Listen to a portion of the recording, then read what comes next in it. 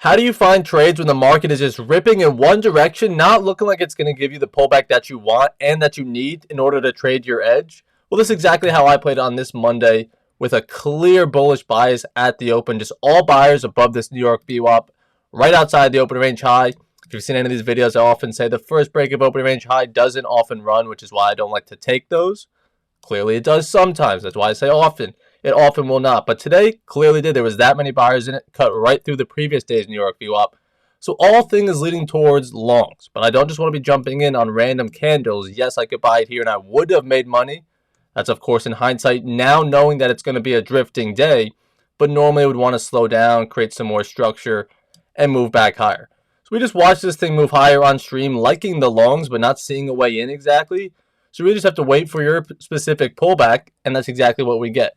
Now, it's not off the open range high down here. It's not even quite off the New York VWAP, but on these strong given days when it's just clearly all buyers in control, not bend your rules, but you could be more willing to take something off of a key VWAP and not expect that full pullback when there's just that many buyers in the market. We may not get these full retests down here, so I can't miss this potential next long opportunity.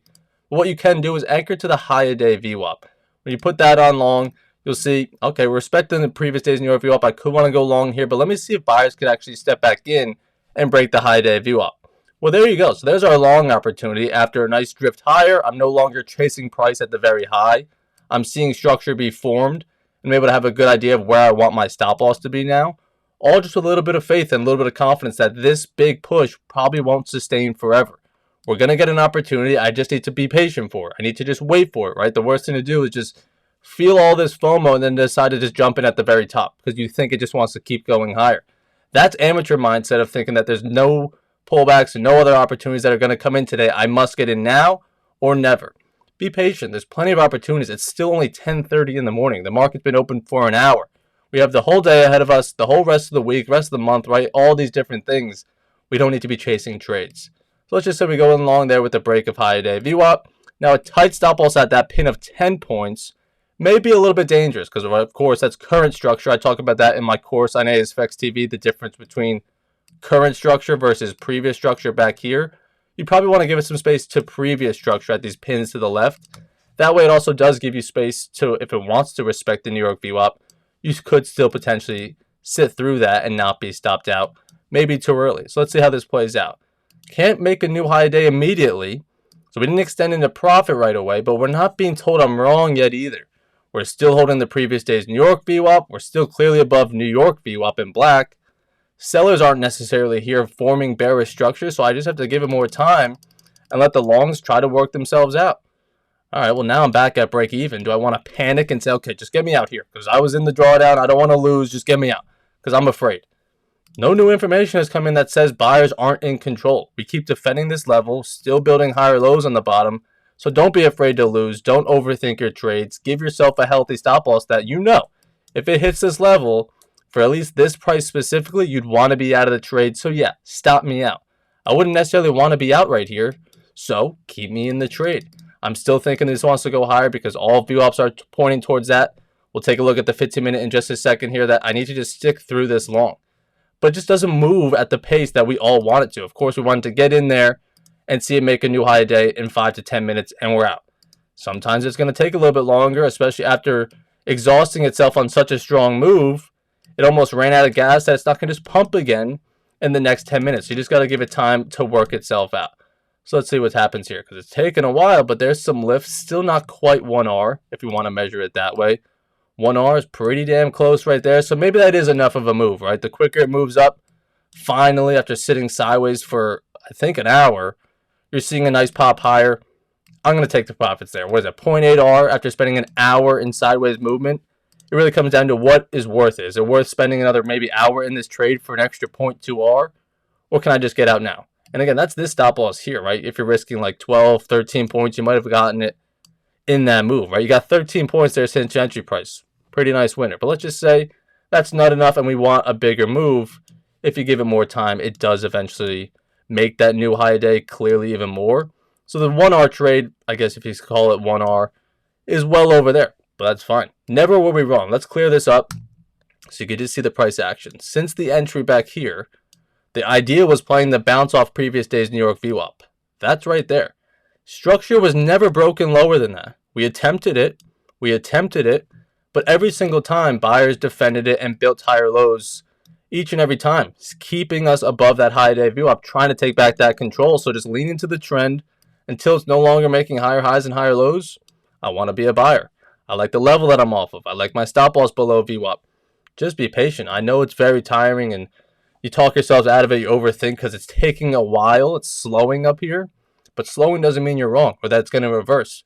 Until it breaks structure, until we get new information, I'm going to hold through this trade. And especially since you can even turn on the initial balance, that's taken out on that trade over here. So you know you're going to probably take out one side. We could go over here real quick to Edgeville. Here's my trade at it.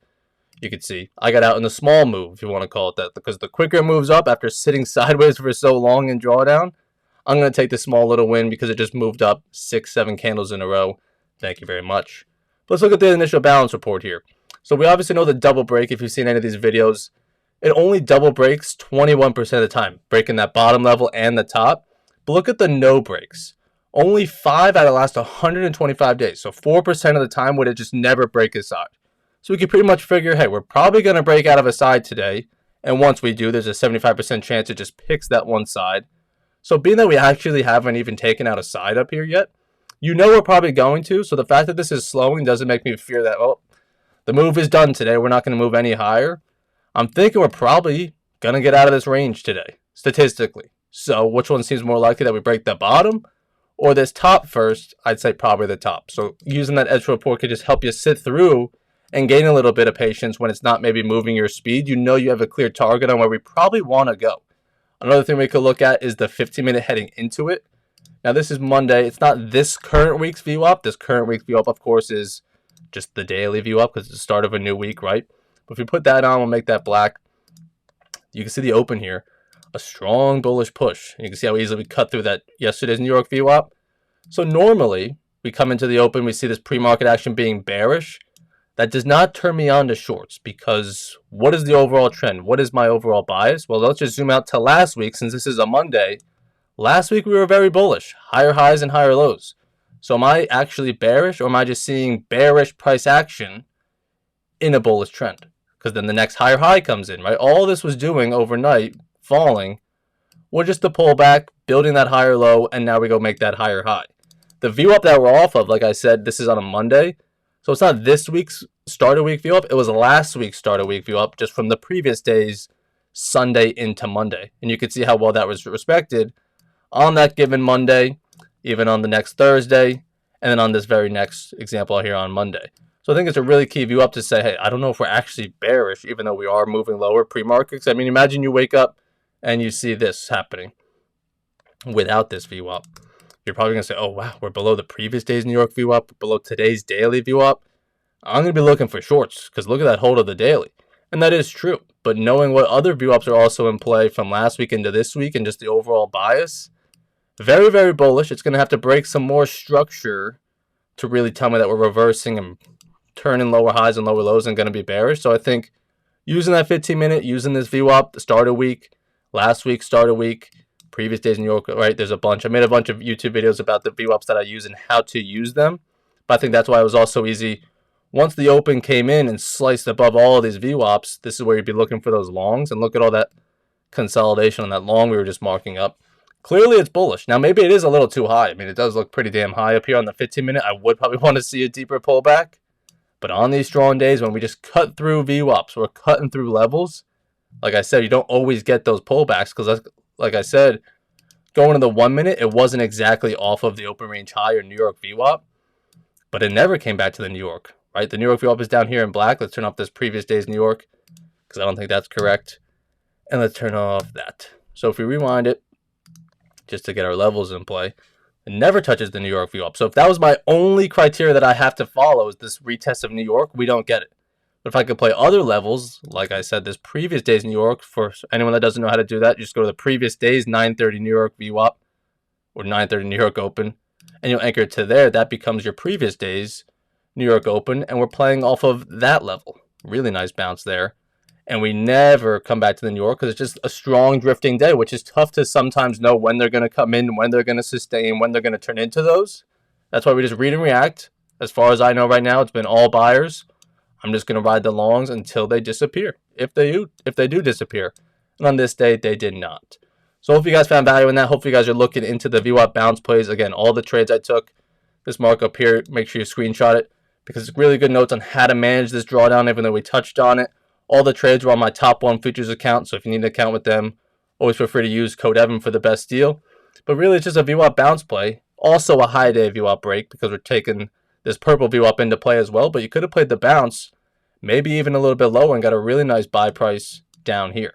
So thanks for tuning in. Make sure to leave a like, drop a comment. If you see anything on here that doesn't make sense, like I said, always feel free to reach out. I'm always available on the streams as well. You can also tune into my streams every morning, 9:30 at the open on ASFX TV. But trade safe. I'll see you guys on the charts tomorrow morning.